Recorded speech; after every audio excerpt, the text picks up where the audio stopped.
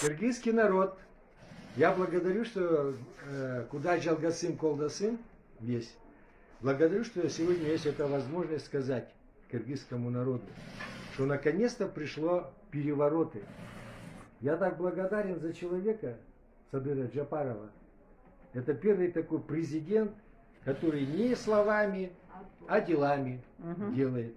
Да. И дай Бог, куда Жалгасым Колдасым ему, его всем помощникам, его семье, особенно жене, устоять как помощнице, чтобы все, что начал Джапаров, выжимать, особенно богатых, олигархов, там, депутатов и прочее. И дай Бог, чтобы ему получилось сломать эту конституцию. Конституция – это вообще древо жизни, корень. Если сломает вот это все, новое поставит с народом, Господь будет его благословлять.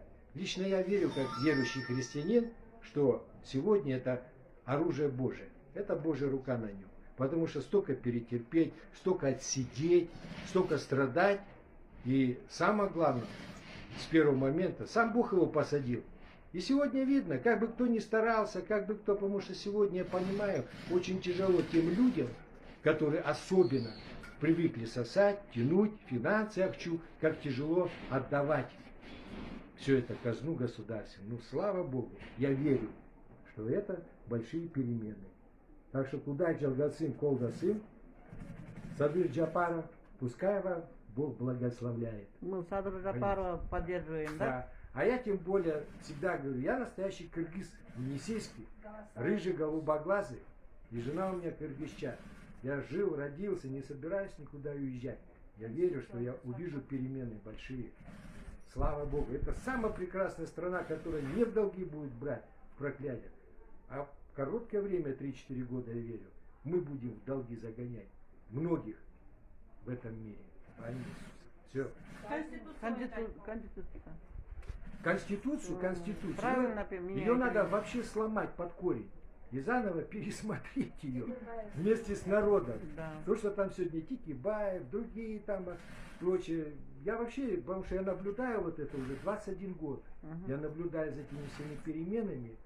И одни только слова, напыщенные, как мыльные. И в Писании написано, кто любит богатство, кто стремится к этому, придут беды. Оно все по Писанию там написано. Вот пришло, да, суды Божии пришли. Да. Постоянно не будет 30 лет порабощали, 30 лет уничтожали все под себя, все это обогащение. И как вот смотришь на это, и самое что интересно, я вам скажу, все киргизы, знаете почему Сапара Джапарова Бог так двигает?